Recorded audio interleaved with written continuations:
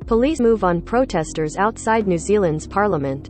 Wearing riot gear and using pepper spray, New Zealand police have moved in on the hundreds of protesters who have been camped outside the nation's parliament for more than 3 weeks. Wellington, New Zealand. Wearing riot gear and using pepper spray, New Zealand police on Wednesday moved in on the hundreds of protesters who have been camped outside the nation's parliament for more than 3 weeks. It was the most significant use of force yet by authorities against the protesters, who oppose coronavirus vaccine mandates.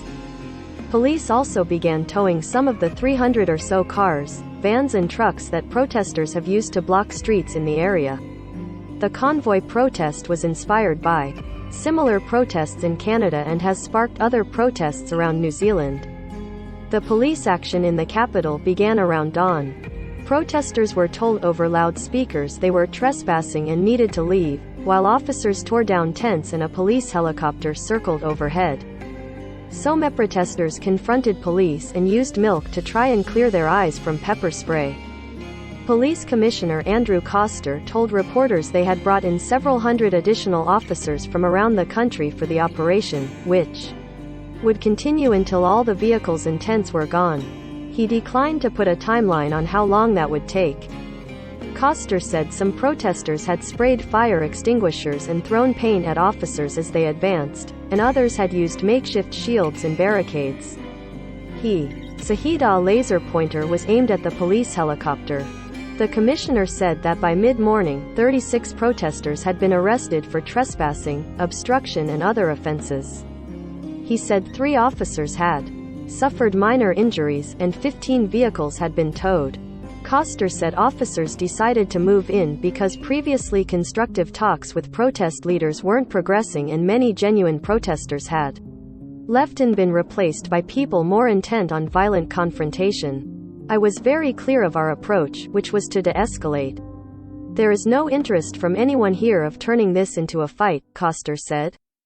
However, this protest has tipped over a balance and it now needs to end. Protesters said in a statement they were united in wanting mandates dropped and to make their own informed choices regarding their health, free from coercion and punishment. They said the vast majority of protesters had been well behaved and had chosen to camp as a last resort after other options for dialogue were. The protests have led to a more charged political atmosphere across New Zealand. Prime Minister Jacinda Ardern's security detail has been increased after protesters heckled her at events, including as she was leaving a school visit in Christchurch last week. Lawmakers across all parties have refused to meet with the protesters. Last week one protester drove a car toward a police line, narrowly avoiding officers, and police said some of the protesters had thrown human feces at.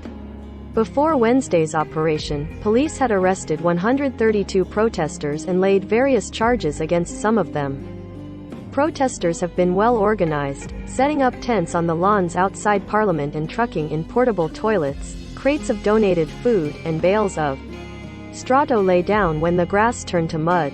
They even dug a vegetable garden, set up a daycare tent, and assembled makeshift showers as they signaled their intent to stay for a long time. At one point, Parliament Speaker Trevor Mallard turned on the sprinklers and blasted Barry Manilow tunes in a failed effort to make them leave. New Zealand is experiencing its biggest outbreak since the pandemic began as the Omicron variant spreads.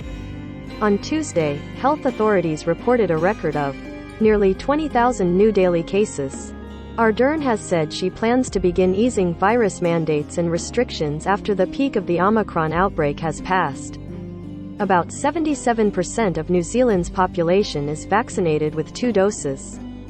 Since the beginning of the pandemic, New Zealand has reported fewer than 100 virus deaths among its population of 5 million, after it imposed strict border controls and lockdowns to eliminate earlier outbreaks.